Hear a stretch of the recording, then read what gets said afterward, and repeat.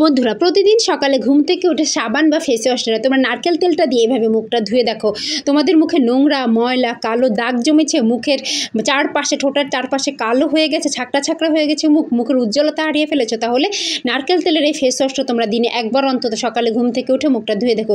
সারাদিন তোমাদের ত্বক সফট থাকবে, নরম থাকবে, ত্বকের উজ্জ্বলতা বৃদ্ধি পাবে হাজার গুণে, এবং ত্বকে মেস্তা, বলিরেখা, কালো দাগ, ওপেন পোর্স, লাস্ট পোর্সের মতো সমস্যা দূর করতে পারবে শুধু নারকেল তেলের এই ফেস ওয়াশটা তৈরি করার জন্য একদম সাধারণ কিছু উপকরণ আমি ব্যবহার করবো, যেটা তোমাদের ঘরেই থাকে, এবং হাতের নাগালের এই অল্প কিছু উপকরণ দিয়ে যে ত্বকটা এতটা পরিষ্কার, সুন্দর, উজ্জ্বলতা বৃদ্ধি করা যায় অনেকেই হয়তো জানো না। প্রথমে দিয়ে দিলাম 1 চামচের মতো গন্ধবিহীন খাঁটি নারকেল তেল। যদি খাঁটিটা, অর্গানিকটা দিতে পারে তাহলে আরও বেশি ভালো হবে। নারকেল তেল তোমাদের ত্বকে ফর্সা করবে, ত্বকের ময়েশ্চারকে লক করে দেবে, ফলে ত্বক আর কুঁচকে যাবে না, ভাঁজ পড়ে যাবে না, বয়সের ছাপও দূর করতে পারে নারকেল তেল। আর দিয়ে দেবো 1 চামচের মতো গোলাপ জল। গোলাপ জল কিন্তু গরমে তোমাদের ত্বকে ঠান্ডা রাখবে, ত্বকের পিএইচ লেভেলকে ব্যালেন্স করবে, ত্বকের বলিরেখা, ফাইন লাইন থাকলে সেটাও কিন্তু মিনিমাইজ করে ত্বক ফর্সা করতে সাহায্য করবে। দুটো উপকরণ এখন আমি সুন্দর করে মিশিয়ে নিচ্ছি। পর এখানে আমি দিয়ে দেবো ছোটো 1 চামচের মতো অ্যালোভেরা জেল। অ্যালোভেরা জেলও কিন্তু তোমাদের ত্বককে ফর্সা রাখতে, ঠান্ডা রাখতে, ত্বকের যে বিজি বিজি দানা দানা ভাব হয় সেটা রোধ করতে সাহায্য করে, এবং তোমাদের ত্বক যে অতিরিক্ত গরম হয়ে যায়, অনেকের আছে ত্বক গরম হয়ে যায়, মুখ গরম হয়ে যায়, ঘেমে যায়, সেটাও কিন্তু বাধা দেবে অ্যালোভেরা জেল। গাছের অ্যালোভেরাটাও এখানে ব্যবহার করতে পারবে। অ্যালোভেরা যেটা আমি কেনাটা এখানে ব্যবহার করেছি। আর দিয়ে দেবো সামান্য একটি 1 মটর দানা পরিমাণে শ্যাম্পু যদি ঘরে সবার থাকে, যেহেতু সেহেতু শ্যাম্পুটা দিলাম। যদি ফেস ওয়াশ, যে কোনো ফেস ওয়াশ থাকে তাহলে অল্প একটু ফেস ওয়াশ এখানে অ্যাড করতে পারবে।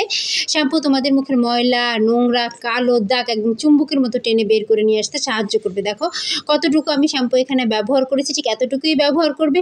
খুব সুন্দর করে শ্যাম্পুটা দিয়ে আমি মিশিয়ে নিচ্ছি। যতগুলো উপকরণ ব্যবহার করলাম বন্ধুরা, প্রত্যেকটা কিন্তু একদম ন্যাচারাল, কোনো রকমের কেমিক্যাল এর ভিতরে নেই, একদম ন্যাচারাল উপকরণ দিয়ে ত্বক পরিষ্কার হয়ে যাবে।